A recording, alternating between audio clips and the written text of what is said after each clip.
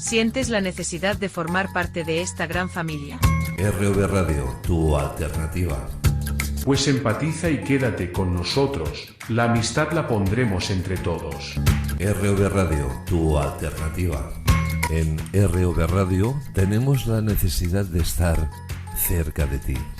RV Radio Cataluña España, ¿será tu alternativa?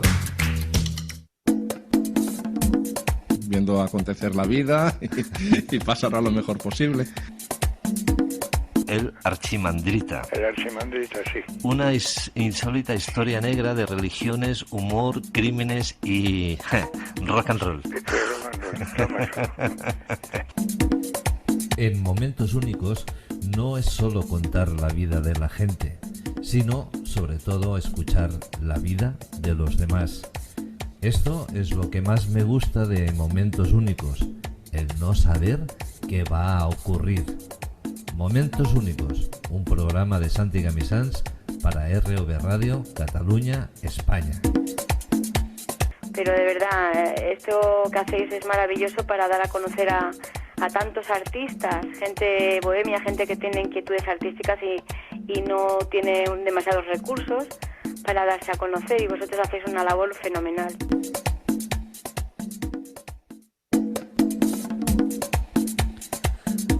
Muy buenas tardes, ¿qué tal? ¿Cómo estáis? ¿Todas bien? ¿Todos bien? ¿Sí? ¿Tothom bé? Me alegro. Bienvenidas, bienvenidos. Esto es RV Radio Cataluña España, quien nos habla, Santi Gamisans. Y hoy tenemos otro estreno más. No podía ser de otra forma. Estamos a principio de temporada. Recordad que nosotros hemos comenzado la temporada en este mes de octubre. Y bueno, pues a día de hoy, que estamos ya a 14 de octubre, pues iniciamos el primer episodio de Momentos Únicos.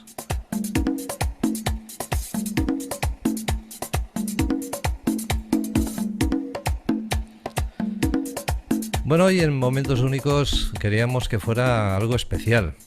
Por tanto, pues hemos tenido la gran suerte y la gran ocasión de poder tener entre nosotros a toda una escritora que ya lleva pues bastante tiempo ahí en el mercado literario. Eso del mercado literario no suena bien, ¿eh? Vamos a dejarlo que en ese arte de la literatura, y que, bueno, pues directamente desde Madrid. Así que mucha atención, porque está ya con nosotros Ana Belén Nieto, una escritora que, bueno, pues os tengo que decir que ha trabajado mucho lo que es la novela histórica, ¿eh? Y que tiene ahí unas novelas muy, pero que muy interesantes, y que vamos a intentar hacer al menos un repasito de las más vendidas o de las más interesantes. Yo casi os tengo que decir que todas son interesantes, y que por mí, si fuera, todas tendrían que ser un número uno, ¿eh? No voy a decirlo de un bestseller, pero sí que os voy a decir que tendría que ser un número uno, porque tenemos entre nosotros a una persona pues que, bueno, pues merece esto y mucho más. Y como decimos aquí en RV Radio Cataluña España, pues para nosotros es un golpe inmenso el poder compartir con grandes personas, con personas que tienen una calidad humana y una calidad pues artística, que a nosotros nos beneficia un montón, porque también aprendemos de ellos, y aquí pues un servidor me gusta ser un poco esponja, y ir absorbiendo y recabando información y aprendiendo de ellos, que también hay mucho que aprender de ellos. Ana Belén, muy buenas tardes, ¿qué tal? ¿Cómo estás? Hola, buenas tardes, Santi. Pues nada, encantada de estar aquí contigo, con tus oyentes. Y bueno, pues ya teníamos muchas ganas, porque llevamos un tiempo intentando Vaya, encontrarnos vaya. y conseguir una fecha, así que feliz de que haya llegado el día y nada, con mucha ilusión. Bien, pues oye, dice que un buen plato se hace de esperar, ¿eh? Dicen ahí los cocineros, hay un dicho que dicen, un buen plato se hace de esperar y una buena entrevista también se hace de esperar.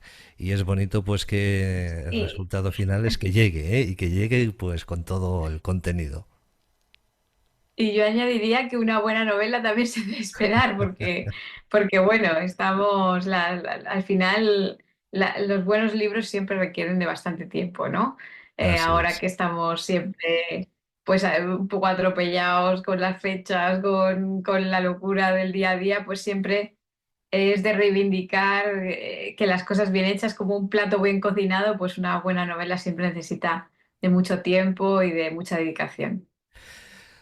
Ana Belén, cuéntanos un poquito, ya sabemos que eres una persona que ya se te conoce muchísimo a nivel de nacional, pero también fuera ya, ¿eh? De España. Cuéntanos un poco, ¿cómo surgió que Ana Belén un buen día, no sé si de niña o más ya, más crecidita, decidió que era el momento de ponerse a escribir? Bueno, es curioso lo que me cuentas de ser conocido fuera, ¿no? Porque es verdad que Ediciones B lo llevó a Latinoamérica los primeros libros y gracias también a las redes sociales, pues al final acabamos encontrando muchos amigos fuera de España, ¿no? Y respecto a lo que me preguntas, bueno, pues decidirse a escribir, yo creo que casi todos los que llevamos en esto mucho tiempo, pues no es una decisión consciente, ¿no? Sino que de repente encuentras ahí una vía sobre todo en la preadolescencia, yo creo que nos ponemos a escribir mucho, ¿no? Porque es esa época de cambios, cuando nos sentimos un poco más alterados, incomprendidos, apasionados, bueno, viene toda esa fuerza. Y entonces yo creo que muchos la gestación de muchos artistas se produce en esa época, ¿no? de su vida y los materiales que lees en la adolescencia y las películas que te impactan y todo eso, pues tiene mucha trascendencia luego en cómo se define la personalidad a nivel vida personal y la personalidad artística, claro. El mundo que cultivas, la voz que tienes como artista y aquello a través de lo cual te expresas, ¿no? Entonces, pues yo empecé a escribir bastante, pues para mí. Empecé también mucho con la poesía y pues haciendo cuentos y bueno, pues también hacía historias del rey Arturo para mí misma, que me gustaban mucho las historias artúricas. Y vi la película de Excalibur, me impactó mucho, la épica medieval. Y entonces a partir de ahí empecé un poco a darle al tema. Y cuando llegué al colegio, en el bachillerato y eso, pues tenía una amiga que también le gustaba mucho escribir, ¿no? Los que son afines se juntan, se encuentran. Y entonces empezamos a escribir historias históricas, o sea, mini novelas históricas a cuatro manos. Hicimos una de piratas y una de romanos.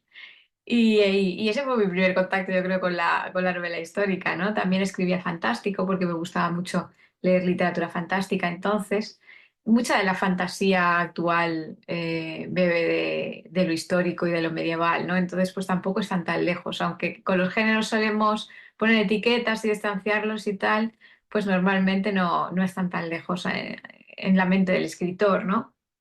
Y luego ya pues me puse un poco más, ya terminada la universidad, pues hice algunas historias para mí, ya empecé a En ROV compartirlas, que es Radio Cataluña España. ese momento Dame, en que ya superas la timidez y empiezas a compartir los escritos. Las empecé a subir a internet, a la gente le empezaron a gustar y ya llegó un momento en que dije, tengo que hacer algo un poquito más en serio, ¿no?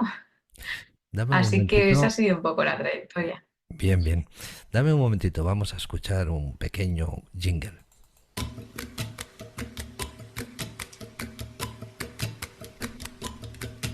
En ROV Radio Cataluña España te invitamos a que nos acompañes.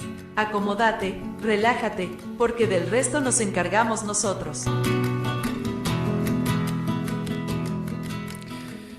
Bien, pues del resto hoy no nos encargamos nosotros, ¿eh? Se encarga Ana Belén, ¿eh? Así que mucha atención porque vamos a seguir conversando y vamos a intentar descifrando muchas cosas de ella.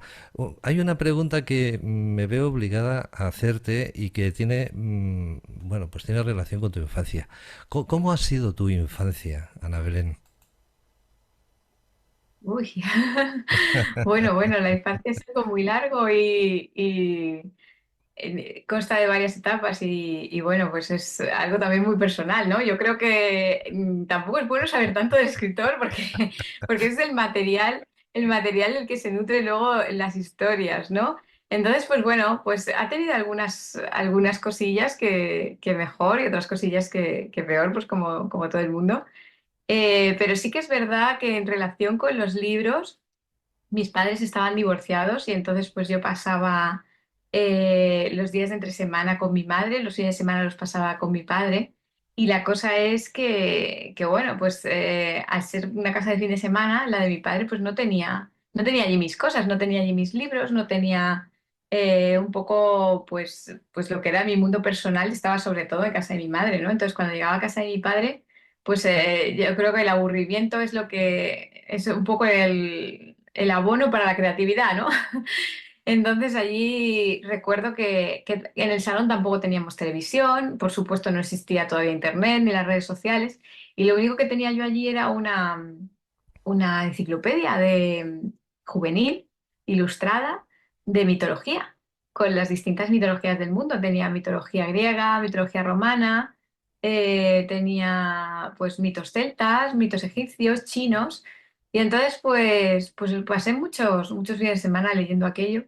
Y yo creo que forman una parte muy importante de lo que es mi formación lectora, ¿no? O sea que yo siempre lo comento esto porque mis mundos están muy relacionados con eso. Siempre hay la parte espiritual está muy presente, la parte religiosa, la parte de los cultos. Yo creo que viene todo un poco de esos relatos sagrados, porque un mito siempre es un relato sagrado que yo leía y en eso soy diferente, yo creo, a otros escritores, ¿no? Es algo que me define porque los otros escritores estaban leyendo pues El Club de los Cinco o a mi edad, ¿no?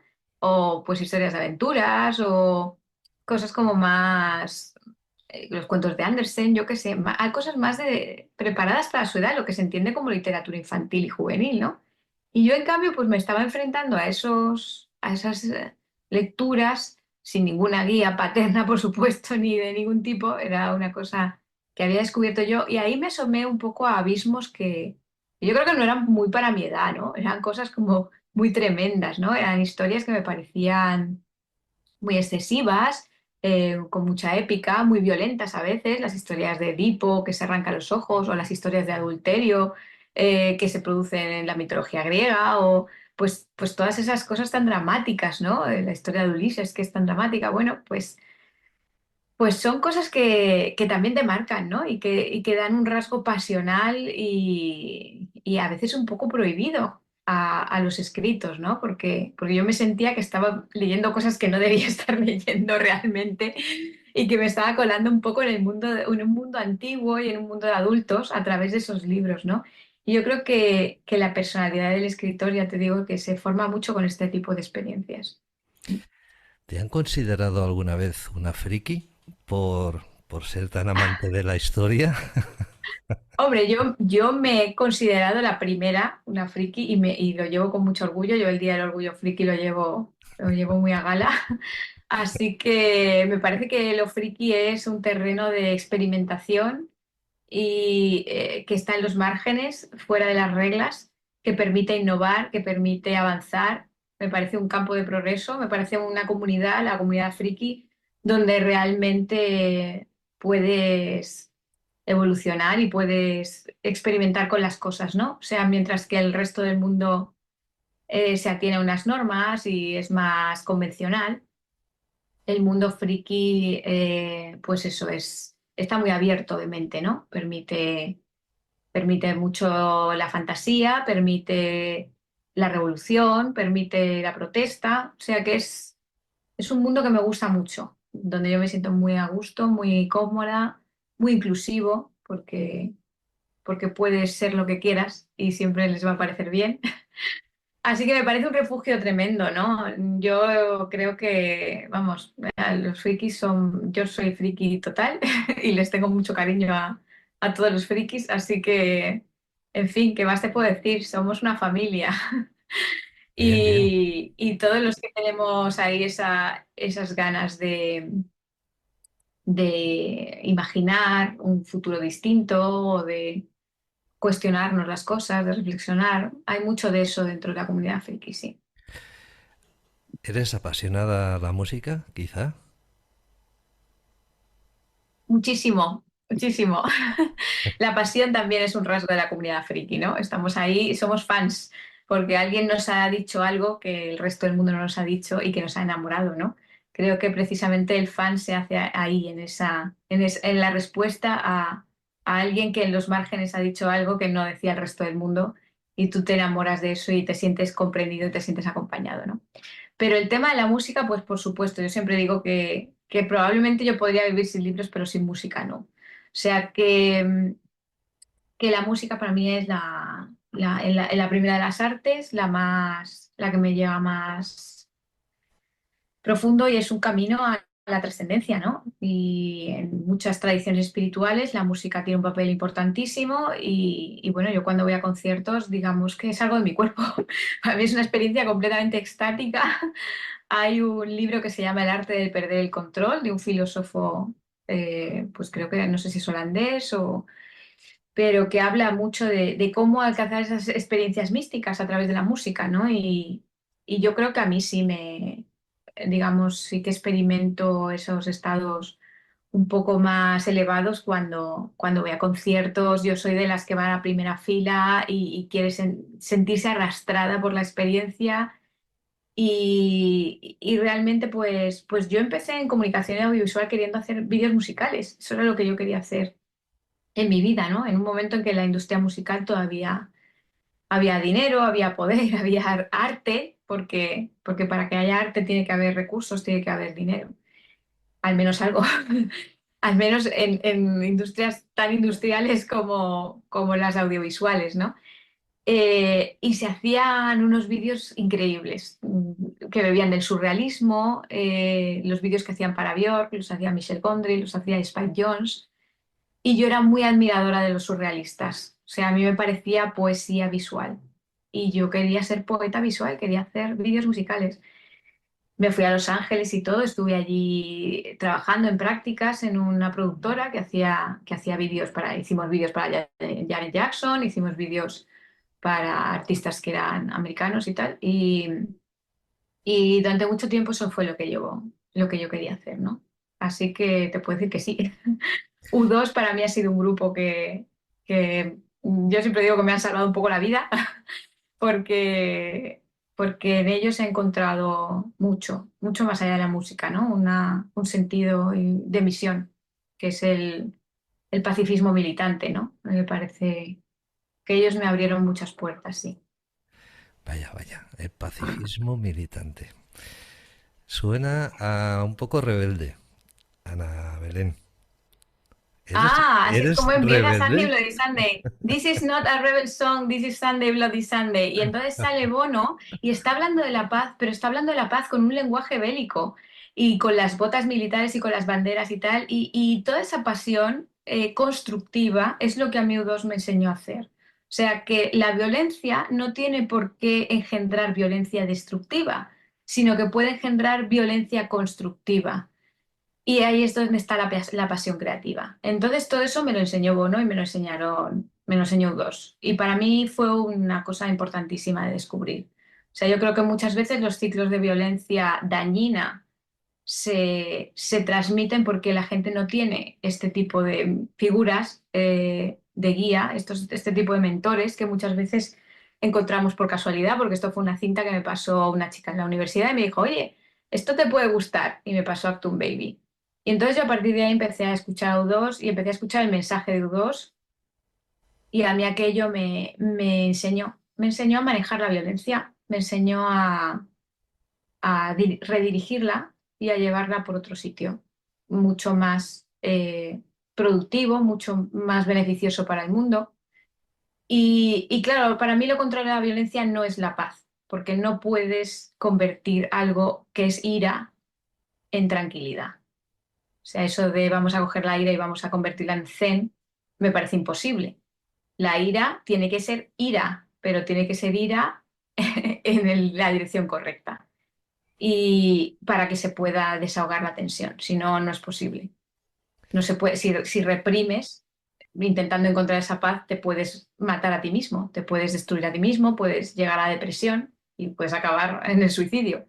Entonces creo que lo correcto es eso, es desviar la violencia y llevarla a un sitio donde puedes construir un muro, o donde puedes construir una torre, o donde puedes, pues eso, hacer algo.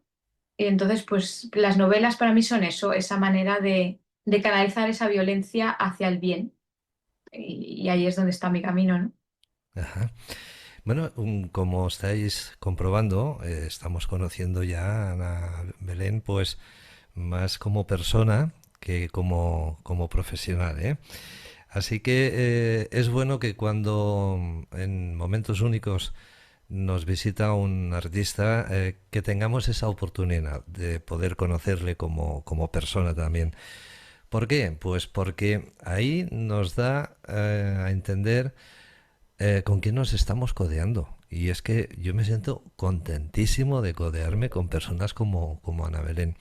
Así que sigamos un poco con todo esto, porque veréis que hay pinceladas todavía que marcan aquí a Ana Belén como una gran guerrera y que, bueno, pues ojalá en el mundo hubieran tantas guerreras como ella, ¿eh? Ana Belén, sigamos un poco por el tema que estábamos ahora. ¿Cómo ves tú la humanidad? ¿Cómo la ves tú ahora en estos momentos la sociedad? ¿Crees que nos estamos perdiendo el rumbo? ¿Crees que estamos yendo en una dirección buena, no tan buena, regular? ¿Crees que nos hemos equivocado en algo? Bueno, nos equivocamos todos los días, yo la primera, ¿no? Pero el hecho de estudiar la historia y como novelista histórica lo que te da es una sensación cíclica de la historia y del tiempo. Y yo creo que el tema es que los seres humanos siempre somos los mismos, ¿no? Y es verdad que la civilización se puede mantener mientras la gente crea en ella y mientras haya una fe. Pero es verdad que la barbarie siempre está a la vuelta de la esquina y el tema es que muchas veces suceden cosas que te das cuenta de que realmente lo que llamamos progreso no lo es tanto. O sea que no somos tan diferentes de lo que era la antigüedad y de lo que era el medievo y de lo que era... Es verdad que el progreso científico y económico y tecnológico nos permite esa comodidad que nos deja salir de un poco del animal. Pero en cuanto eso se deteriora y la fe flaquea, eh, volvemos a ser los de la casilla número uno. O sea, volvemos a lo visceral y volvemos no te diría que el neolítico, pero es que, es que el cuerpo, la parte orgánica es la misma. O sea, no ha evolucionado realmente. O sea, el niño cuando nace igual que el niño del neolítico. Y cuando lo estás civilizando y lo estás educando, le estás poniendo encima todas esas capas de lo que es la historia desde que empezó a escribirse, ¿no? Desde el siglo, pues desde que empezamos a tener escritura, y desde que empezamos a acumular conocimiento y a acumular cultura y a acumular civilización. Y entonces, por un lado, pues tanto esa herencia cultural como lo que son las condiciones materiales, que son muy importantes a la hora de hablar de esto, es lo que nos permite estar un poco por encima del animal, pero poco. Es muy fino. Entonces, para mí lo que es imprescindible es regresar a una visión positiva de lo que es el progreso y de lo que es los avances científicos y tecnológicos y no acapararlos en manos de unos pocos. Si la cuarta revolución industrial que estamos viviendo, que tiene que ver con la inteligencia artificial, con Internet, con todo el progreso tecnológico, toma una dirección positiva y solidaria, porque se puede programar la tecnología para ser solidaria y para buscar el bien común, si esa programación, si esos códigos van en esa dirección y no a ver cómo te vendo este coche antes del de al lado porque quiero sacar el máximo beneficio para mí, que es como se está codificando ahora mismo, si los códigos se hacen de otra manera y la inteligencia artificial trabaja en la dirección que te digo y se busca un bien común, podemos pasar a una nueva era de la historia que sea muy positiva, muy próspera, mejor. Podemos llamarlo progreso de verdad, pero hace falta esa voluntad política, hace falta esos comités de sabios, hace falta esa fiscalización de la tecnología, ese control sobre la tecnología, que como está en manos de empresas privadas multinacionales, que solo son extractivas de recursos humanos y económicos, pues entonces la desigualdad crece muchísimo más. Entonces, pues eso, es siempre esta utopía del comité de sabios que nos va a ayudar a usar la tecnología de una manera que podamos aprovechar todos y que nos lleve a un estadio de la humanidad mejor. Y siempre está también la utopía de esa inteligencia artificial autosuficiente que sepa lo que es mejor para nosotros que nosotros mismos y nos quite la libertad, ¿no? Pero bueno, estas son utopías que no cuentan ya con el ser humano, ¿no? Y dicen, bueno, el ser humano no sabe lo que es mejor para él, mejor que lo lleve una máquina. Tampoco sabemos si esto sería posible, pero bueno, a nivel de ciencia ficción está ahí, ¿no? Sin embargo, eso, el hecho de que haya gente que sabe de la academia, que no sean políticos, que no sean empresarios, que lleven las riendas tecnológicas, que lleven la parte de la ética, la filosofía, que es súper importante, se desecha como si no fuera importante. La filosofía detrás de la tecnología es lo más importante. Es lo más importante porque ahí es donde está la ética y es donde está la visión de altura y la visión de futuro y la visión de progreso. Entonces tendrían que estar los filósofos haciendo esas reuniones para decirle a los codificadores, oye, esto lo vamos a hacer así y no lo vamos a hacer de la otra manera. Y, y ya te digo, si logramos programar, porque la tecnología nos parece fría desde fuera, nos parece hostil, nos parece agresiva, nos da miedo porque nos va a quitar el trabajo, porque nos va a agredir, porque va a ser el mundo peor. Bueno, toda esa es una visión pesimista, negativa, pero hay un lado tremendamente positivo en la revolución tecnológica. Siempre que no cree una élite feudalista que se aprovecha de todos los demás, que estamos abajo, pisados. Entonces, por eso hace falta todas estas cosas, ¿no? Entonces, esa visión positivista y de fe en la tecnología, yo creo que hay que recuperarla y hay que impulsarla y hay que trabajar en esa dirección, ¿no? Podemos sacar cosas muy buenas de lo que está pasando, muy buenas. Y podemos aumentar nuestra eficiencia a niveles impresionantes que nunca hemos visto. Eficiencia en evitar derroches, en aprovechamiento de recursos, ahora que los recursos materiales parece que están decreciendo porque las materias primas se están encareciendo y parece que tenemos escasez a la hora de acceder a ellas. Es precisamente la inteligencia artificial la que sabe cómo podemos optimizar todo esto y no derrochar y no tirar, que se tira mucho, y no consumir de más y no desperdiciar. Solo con eso ya ganamos muchísimo.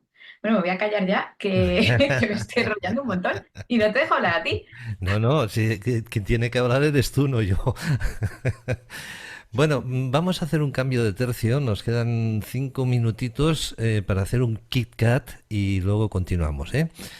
Bueno, ya sabes que con el tema del Zoom nos da 30 minutos más o menos. Luego nos corta la emisión para luego tener que volver a empezar con otra emisión, ¿vale?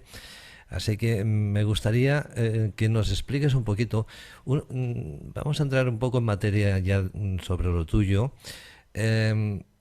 Una pregunta que... Bueno, hemos estado hablando tengo que Sí, sí, decirte, sí, Santi, que sí, hemos no, estado sí, hablando de lo mío, porque yo, de todo lo aparte de tuyo. histórica, escribo ciencia ficción y por eso te estaba hablando de estas cosas, ¿eh? O sea, que hemos estado hablando de lo mío todo el tiempo, Bien, bien. perdona. Muy bien. Eh, Mira, hay una pregunta que normalmente hago pues a muchos escritores, ¿no? Vamos a ver. Cuando alguien necesita expresarse con una novela, o bueno, escribiendo una novela, o escribiendo un relato, o escribiendo, no sé, no sé, una parte de la historia. Supongo que hay un momento que esa persona tiene que buscar un punto de inspiración o tener la mente muy, muy limpia, una mente que en esos momentos no le invadan otros problemas de la vida cotidiana. ¿Cómo se hace? ¿Cómo un escritor logra pasar a ese plano de tranquilidad, ese plano donde pierde lo que es la vida real para pasar a un nuevo plano donde vive pues sobre un relato o vive sobre una forma de querer escribir algo? Bueno, yo creo que hay un matiz que hay que hacer ahí, que es que por un lado la vida real no se deja aparte, sino que forma parte de la esencia de la novela. O sea, yo creo que todo lo que te preocupa se vuelca en la novela y tú bebes de las preocupaciones de la sociedad y las preocupaciones personales a la hora de escribir la novela y te acompañan todo el tiempo a nivel profundo.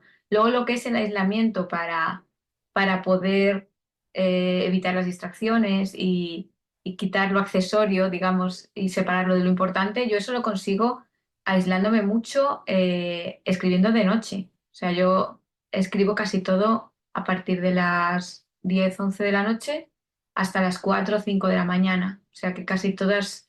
Y para mí es como entrar en otro mundo, ¿no? Es como entrar en un mundo aparte, como bajar a la caverna y ponerme a trabajar con los materiales más profundos y los más oscuros y los más básicos y con las ideas, con lo abstracto, y también con lo que tengo que decir, con lo que siento que tengo que decir, ¿no? Porque yo creo que si yo no tuviera un sentido de misión en cuanto a lo que tengo que comunicar, no lo haría. O sea, a mí la pasión que me mueve es que creo que hay cosas que no se han dicho y que hay que decirlas o que hay que decirlas de esta manera. O sea, de alguna manera es una forma de luchar, ¿no? Lo que tú dices, una forma de lucha a través del entretenimiento, ¿no?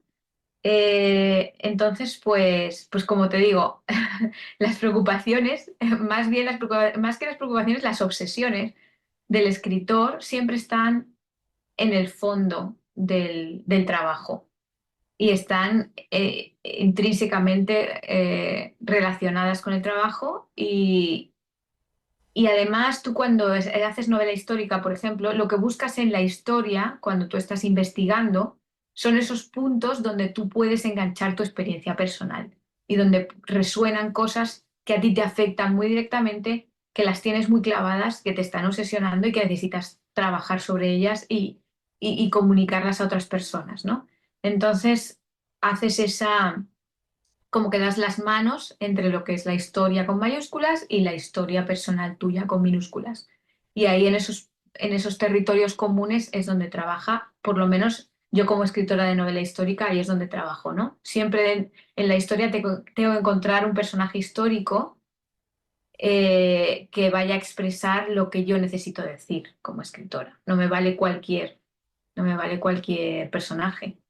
Entonces busco uno, si tú me dices que no, es que tienes que escribir sobre Carlos III, pues te diré, mira, es que Carlos III, bueno, no voy a investigar su vida, a ver si encuentro algo en la mujer de Carlos III o en las dudas que él tenía o en algún momento de su vida complicado donde haya una historia que es algo que yo quiera contar.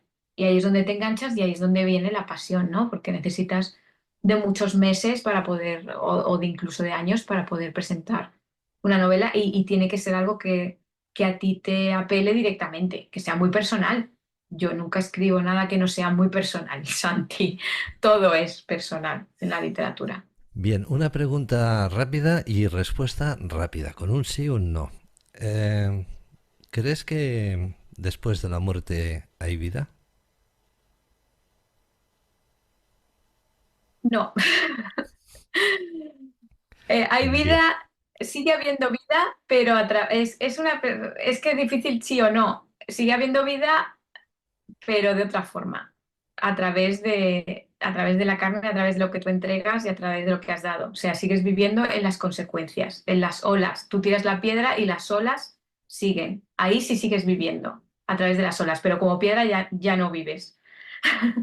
Esa es la respuesta. bien, bien. Vamos a hacer un pequeño paréntesis, no os vayáis, no lo vais a notar porque luego arreglamos el vídeo y va todo seguido. Así que permitidnos que hagamos un pequeño descanso, hacemos esa desconexión, conexión y volvemos de nuevo. Ana, nos vemos en nada, en unos minutos, ¿vale? Vale, perfecto, Santi. Hasta luego. Venga, hasta ahora, no os vayáis. Hoy es un día genial, ¿sabes por qué? Porque estoy escuchando a Santi Gamisans en ROV Radio Cataluña España. Bien, pues nosotros ya estamos aquí, hemos tomado el vasito de agua, hemos hecho un poco de Kit Kat y ahora regresamos ya con la entrevista con Ana Belén Nieto, quien nos va a explicar un poco pues todo el trabajo literario que hay encima de ella. No vamos a poder tocarlo todo por el tiempo, pero sí que a mí me gustaría hablar de los más recientes, ¿no? Esos trabajos literarios que tiene ahí que están despuntando mucho y que, bueno, pues a mí me llama mucho la atención y quiero saber más detalles sobre todas estas obras. Ana Belén, Magia de los celtas, editado en el 2024, este es el más reciente, ¿verdad? Sí, Magia de los Celtas salió en septiembre y pues es el último libro que tengo. Es un libro de no ficción, no es una novela. Entonces, pues bueno, había estado ya trabajando con los celtas antes y bueno, pues este es un libro que recopila un poco mi experiencia en esos años en que yo estaba escribiendo las novelas, la trilogía con la que debuté en novela histórica, ¿no? La trilogía de la Huella Blanca.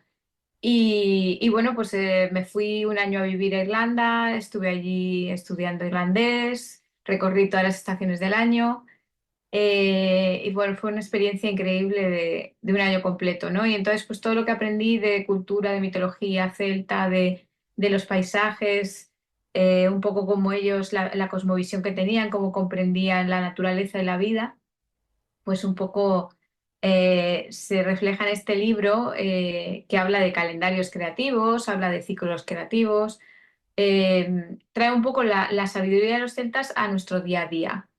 Lo puedes, hace un paralelismo con los proyectos que podemos tener cualquiera de nosotros, ¿no? Proyectos de familia, proyectos de pareja, proyectos de empresa, proyectos artísticos, y un poco como ellos van viendo esas distintas etapas del año natural, del año agrícola, que empieza para ellos el 1 de noviembre y va recorriendo pues esas 5 estaciones, como yo digo, ¿no? Empieza en Samain como nacimiento, como concepción y luego pues pasa por Imbolc, que es la infancia, la nutrición, cuando el proyecto está todavía brotando. Luego llega Beltane, que es ese momento de clímax, de fuego, de apuestas, de salir ahí fuera y conquistar. Luego llega Lughnasadh, que es ese momento otoño donde ya trabajamos a largo plazo, es más sosegado, nos estamos encargando del desarrollo en bruto del proyecto. Y luego volvemos a Samain otra vez, ¿no? Que es ya pues la caída, ¿no? El cerrar cabos, cerrar ese momento en que ya nos vamos de retirada, ¿no? Dejamos sitio a los demás, que es el que coincide con la enfermedad, con la muerte, con el invierno, y ya es volver otra vez a reiniciar el ciclo, ¿no? La noche del 1 de noviembre, ¿no? Es muy bonito como ellos lo, lo conciben y cómo pues, se puede aplicar, ya te digo, al año, a la vida o al desarrollo de cualquier proyecto que tengamos entre manos. Bien, el segundo libro por el que te quiero preguntar es Luz de Candelas, editado en el 2023 y que, a mi entender, este libro está empujando muy fuerte, ¿no? Bueno, está yendo bien porque es un libro de novela histórica un poco distinto. Es un libro que tiene aventura, que tiene drama, que tiene mucha pasión, tiene romanticismo, pero también tiene una vena muy cómica y muy cachonda, como si dijéramos, ¿no? Muy ligera, que es poco habitual en novela histórica. En novela histórica se suele tirar por las grandes gestas, las cosas muy sangrientas, las batallas, los acontecimientos políticos. Y yo quería hacer una novela histórica distinta, mucho más ligera, más positiva, muy teatral, que se leyera muy bien.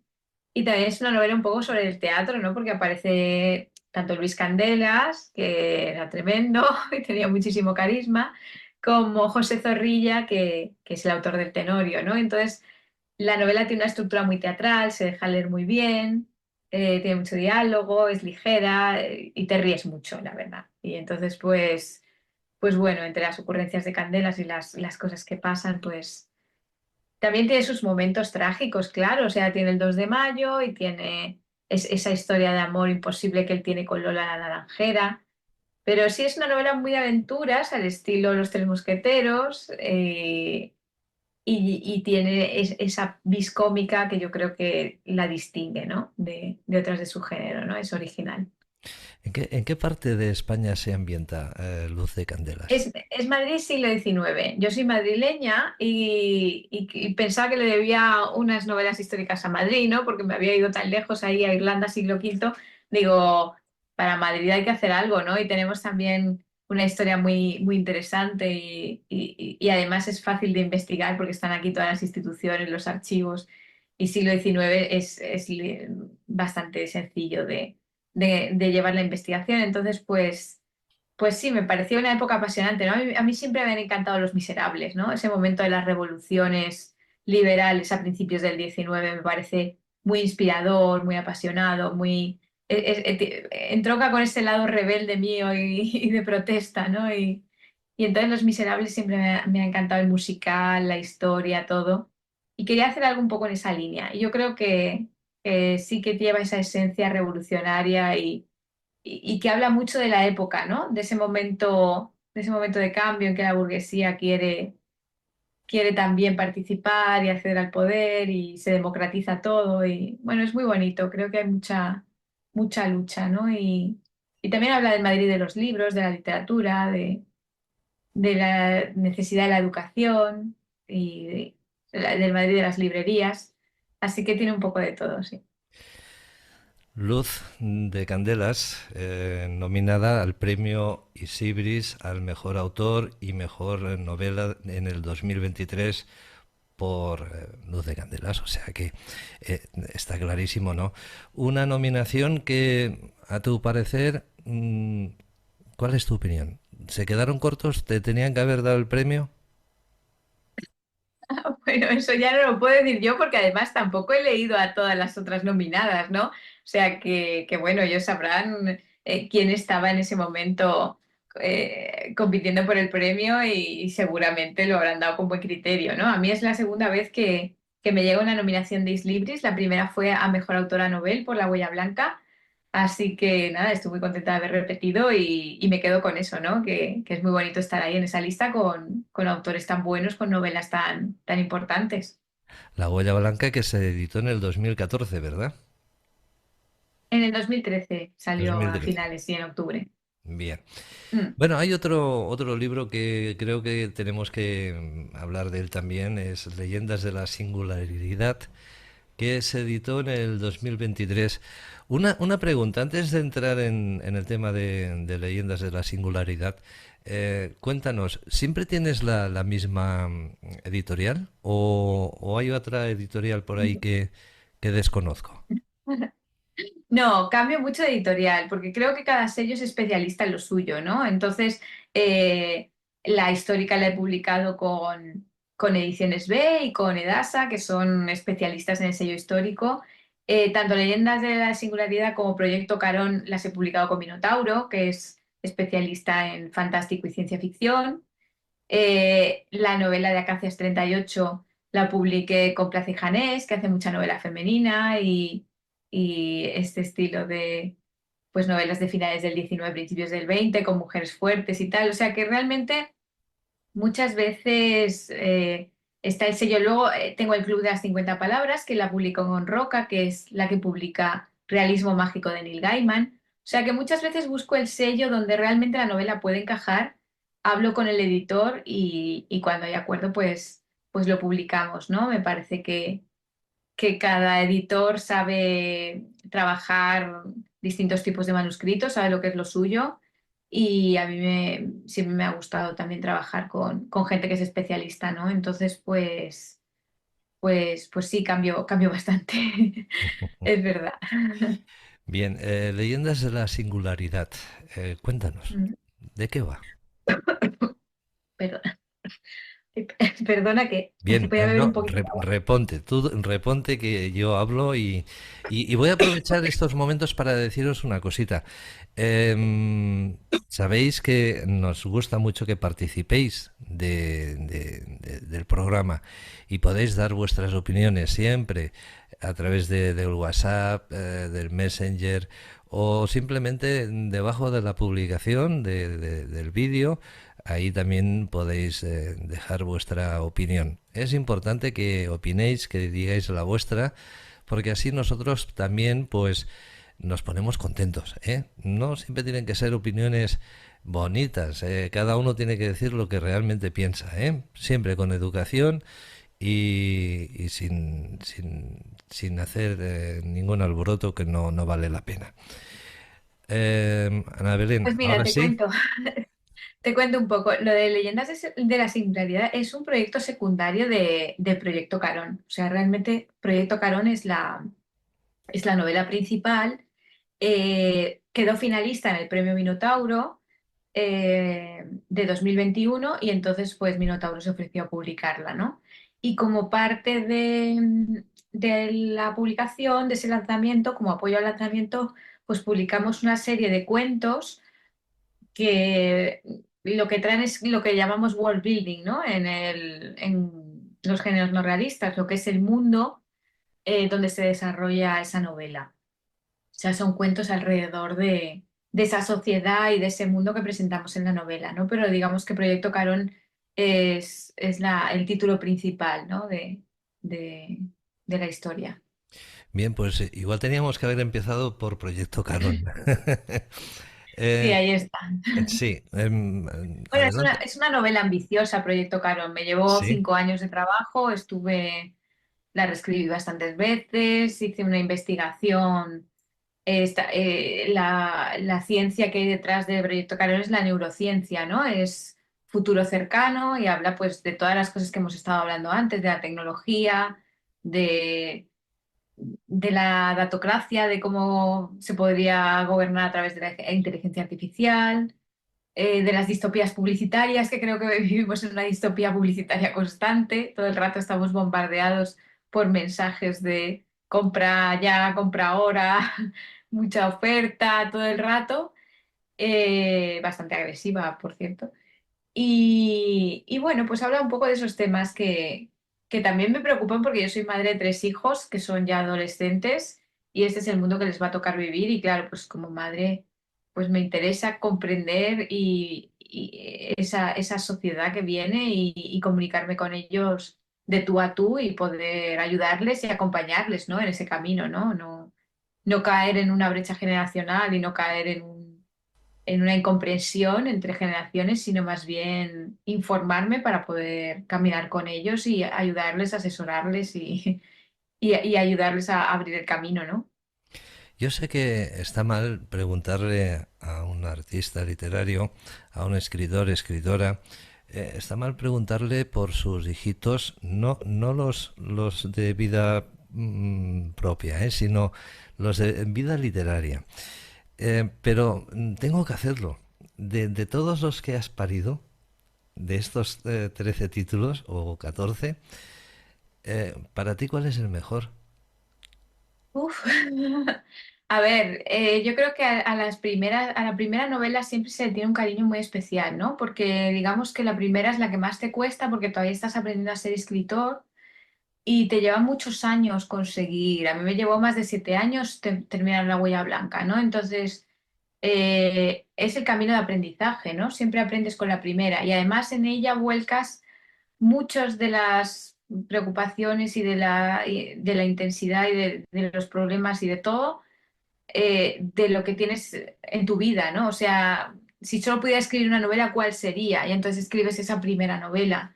O sea, que suelen ser novelas, las novelas debut que tienen mucho trabajo detrás, muchos años, mucha intensidad y suelen ser muy próximas al corazón del artista, ¿no? O sea que para mí, si solo tuviera que escoger una, sería La Huella Blanca, sí. ¿Qué sentiste cuando terminaste de escribir La Huella Blanca? ¿Cuál fue tu experiencia? Bueno, en realidad uno nunca termina de escribir una obra, ¿no? Siempre está en permanente revisión. Digamos que el día que la publiqué sentí un gran alivio, ¿no? Porque hasta que la publicas sigues reescribiendo y sigues mejorando hasta las galeradas, hasta el momento final, ¿no? Entonces, digamos que el momento yo creo más intenso a nivel de finalizar es cuando te llama el editor y te dice, sí, vamos para adelante, te voy a mandar un contrato, ¿no? Ahí ya pues se abre una puerta, ¿no? A un camino distinto, al camino de no solo escribir para mí, sino de ser escritor. Entonces, pues es verdad que yo publiqué muy bien porque lo saqué con Ediciones B, que es muy potente, pertenece a Penguin, y lo saqué además en 2 idiomas para ser una novela debut, lo saqué en catalán y lo saqué en castellano y me iban a distribuir o sea, me distribuyeron en Latinoamérica, en Chile, en México, en Uruguay, en Colombia, lo llevaron a muchos sitios. Entonces, pues fue un momento de mucho subidón, de mucha ilusión, de mucho alivio, de mucho descanso, porque hasta que logré publicarla, claro, pues es difícil, ¿no? Eres autor novel, tienes que presentar a muchos sitios, tienes que revisar mucho, tienes que reescribir mucho, es mucho trabajo, hasta que ya un editor te da el sí, ¿no? Entonces, pues todos esos sentimientos se agolpan ahí, ¿no? Pero muy contenta, muy feliz. También es verdad que entraba un poco de nuevas y no sabía hasta qué punto era difícil. Luego me he dado cuenta que tuve mucha suerte. O sea, llegué en un momento en que Ediciones B estaba muy bien, acaban de publicar Posteguillo, estaban comprando trilogías, estaban en expansión y enseguida vieron que La Huella Blanca era un proyecto diferente y maduro, porque llevaba muchos años trabajando en ella y de encima me había ido a Irlanda a vivir y ofrecía un proyecto muy sólido, muy bien trabajado, muy reescrito muchas veces, con una propuesta que no habían visto nunca, muy auténtica. Entonces, pues todo fue muy fácil con ellos. Y luego me di cuenta de que en el mundo editorial las cosas no son fáciles, no son tan fáciles. O sea que yo tuve mucha suerte, me sacaron muy bien, me llevaron a El País, me llevaron al periódico de Cataluña, me consiguieron muchas entrevistas por la radio. Toda esa exposición yo he empezado a valorarla con el tiempo, de decir, jolín, pues no toda la gente que sale con su primera novela en un debut le dan tanto apoyo y hacen una apuesta editorial tan fuerte. O sea, Ediciones B se portó fenomenal conmigo y apostaron muy, muy fuerte y tuve una entrada muy buena gracias a ellos. O sea que les estoy muy agradecida, la verdad. Una gran editorial, ya lo creo. Rapidito, porque ya se nos echa el tiempo encima. Ana, ¿dónde podemos encontrar todos tus libros? Bueno, yo tengo una página web, anabenieto.com, donde los tengo todos reunidos y ahí se encuentran todos los enlaces, pero vamos, si te metes en cualquier plataforma o preguntas en cualquier librería, te van a orientar y te van a decir, ¿no? O sea que sobre todo los últimos son muy fáciles de encontrar.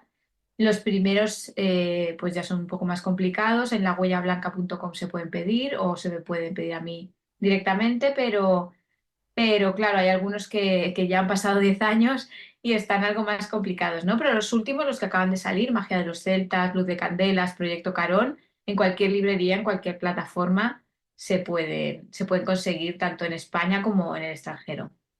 Bien, y ya para despedirnos te quiero pedir un favor, que envíes un mensaje a nuestra audiencia, a toda la audiencia de todo el mundo. Bueno, pues muchísimas gracias por escucharnos y nada, ahora que viene este 1 de noviembre, este Samhain, pues os deseo a todos que tengáis un feliz año nuevo celta, como si dijéramos, y que podáis emprender esos proyectos que tenéis ahí esperando, que tenéis tantas ganas de sacar adelante. Os deseo muchísima suerte y muchísima felicidad para estos meses que vienen. Así que un abrazo. Ana Belén Nieto, ahí está, ahí nos ha dado un buen rato de tranquilidad, bueno, de sabiduría, de buen hacer, bueno, pues de poder apreciar ese arte que lleva aquí dentro, en las venas, porque lo tiene muy, muy adentro, y eso es muy bonito cuando ves a personas así, ¿no? Que lo respiran, lo rezuman por todos lados. Es un arte que posiblemente muchas personas llevan dentro de sí, ¿no? Y muchos todavía no se han dado cuenta de que lo llevan.